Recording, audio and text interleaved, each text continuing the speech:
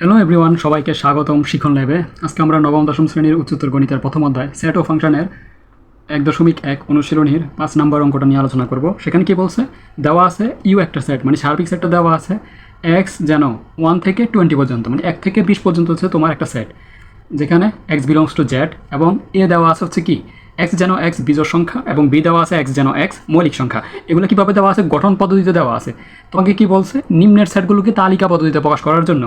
তাহলে এ নাম্বারটা এ কি দেওয়া আছে, এ তো আমার বলেই দিছে এক্স যেন এক্স বিজোড় সংখ্যা। তাহলে আমাকে এটা যে গঠন পদ্ধতিতে আছে এটাকে আমাকে তালিকা পদ্ধতিতে নিতে হবে। তাহলে আমাকে প্রথমত এই যে সার্বিক সেট যেটা দেওয়া আছে সেটাকে আমাকে লিখতে হবে। তাহলে এখানে আমার প্রথমে কি হবে, দেওয়া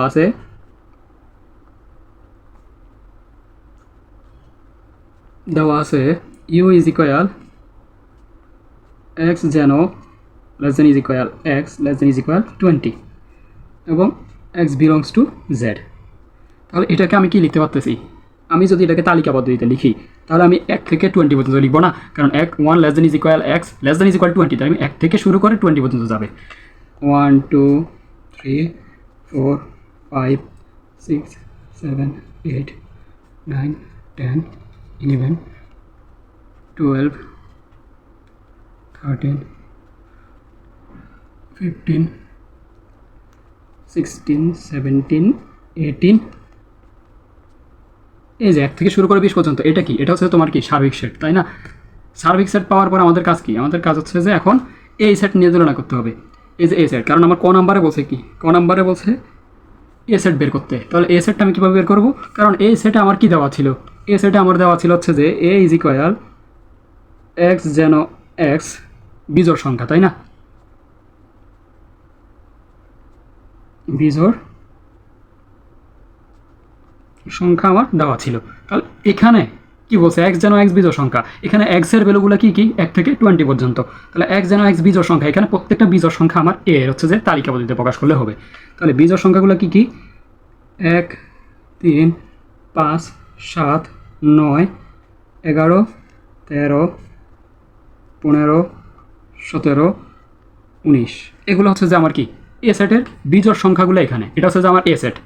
ক নাম্বারে কি বলছে, ক নাম্বারে বলছে হচ্ছে যে এক্স যেন এক্স মৌলিক সংখ্যা, তার মানে বি সেটের জন্য আমার সবগুলো হবে যে মৌলিক সংখ্যা।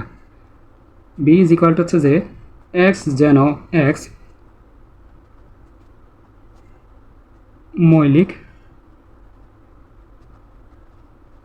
সংখ্যা। তাহলে মৌলিক সংখ্যা কোনগুলো, মৌলিক সংখ্যা কাকে বলে সেটা আগে জানো। মৌলিক সংখ্যা হচ্ছে যেটাকে তুমি এক ব্যতীত অন্য কোনো গুণনীয়ক পাবা না, সেটা হচ্ছে যে মৌলিক সংখ্যা। যেমন এখানে 1 তো কোনো মৌলিক সংখ্যা না, কারণ এটা সবার সাথে যাচ্ছে। 2 হচ্ছে একটা মৌলিক সংখ্যা, এখানে 1 এবং 2 ব্যতীত অন্য কোনো গুণনীয়ক তুমি পাচ্ছ না, তাই 2 একটা মৌলিক সংখ্যা। সেমভাবে 3 একটা মৌলিক সংখ্যা, কিন্তু 4 মৌলিক সংখ্যা না, কারণ এটাকে তুমি 1-এর গুণনীয়, 4 হচ্ছে যে 1 2 4 সবগুলোরই গুণনীয়ক, তাই 1কে তুমি পাচ্ছ না। এরপরে তুমি এখানে পাচ্ছ হচ্ছে যে 5 একটা মৌলিক সংখ্যা। দেন হচ্ছে 7 একটা মৌলিক সংখ্যা, 11 একটা মৌলিক সংখ্যা, 13 একটা মৌলিক সংখ্যা, 17 একটা মৌলিক সংখ্যা, এবং 19 হচ্ছে মৌলিক সংখ্যা, কারণ এগুলাকে এই সংখ্যা বাদে অন্য কোনো সংখ্যা দিয়ে তুমি গুণ করে পাবা না। বুঝাচ্ছে? তার বি আমার মৌলিক সংখ্যা। গ নাম্বারে কি বলছে, গ নাম্বারে বলছে হচ্ছে দেখো এক্স যেন এক্স বিলংস টু এ এবং এক্স বিলংস টু বি। কী লিখছে দেখো, আমাকে প্রথমে লিখতে হবে সি কে দেওয়া আছে আমার সি সেটে, এক্স যেন এক্স বিলংস টু এ এবং এক্স বিলংস টু বি, এটা আমার দেওয়া আছে, ঠিক আছে। এখন আমি আগে গত ভিডিওতে পড়াইছি, মানে এর আগের কোনো একটা ক্লাসে পড়াইছি যে যখন হচ্ছে যে তোমার সেটের মধ্যে এবং থাকবে, এবংয়ের মিনিং হচ্ছে যে ইউনিয়ন, এবংয়ের মিনিং হচ্ছে যে ইউনিয়ন, ঠিক আছে। এবংয়ের মিনিং হচ্ছে যে ইউনিয়ন, আর যখন অথবা আকারে থাকবে তখন হচ্ছে যে ইন্টারসেকশন আকারে বসবে, ঠিক আছে। অথবা থাকলে ইন্টারসেকশন আকারে বসবে, সরি বাই মিস্টেক। এবং থাকলে হচ্ছে যে তোমার ইন্টারসেকশন হবে, এবং থাকলে ইন্টারসেকশন হবে, এবং ইউনিয়ন থাকলে হচ্ছে যে অথবা থাকলে হচ্ছে ইউনিয়ন হবে। ওকে, এখন যেহেতু এখানে এবং আছে, তাহলে আমি এটাকে যদি তালিকা পদ্ধতিতে লিখতে চাই তাহলে তোমাকে কী করতে হবে, এখানে তোমার করতে হবে হচ্ছে যে এক্স যেন এক্স দেন হচ্ছে যে belongs to A intersection B, কারণ এখানে আমার এবং ছিল, আর এবংয়ের পরিবর্তে আমরা লিখব হচ্ছে যে ইন্টারসেকশন, ঠিক আছে। দেন এখানে আমি যদি তালিকা পদ্ধতিতে জিনিসটাকে প্রকাশ করি, এখানে কী পাচ্ছি, এ ইন্টারসেকশন বি। তাহলে আমাকে এখানে লিখতে হবে এ ইন্টারসেকশন বি এর ভ্যালুগুলা। এ ইন্টারসেকশন বি এর জন্য যা যা আসবে তাই হচ্ছে যে আমার সি সেট। তাহলে এ ইন্টারসেকশন বি বের করো, এর সেট আমরা অলরেডি পেয়ে গেছি 1 3 5 7 9 এগুলা বিজোড় সংখ্যাগুলো, আর বি হচ্ছে যে মৌলিক সংখ্যাগুলো। এগুলোর মধ্যে যেগুলো কমন যাচ্ছে ওইগুলো জাস্ট আমি এখানে বসাবো, কারণ ইন্টারসেকশন মানে হচ্ছে যে কমন কমন নেওয়াগুলা।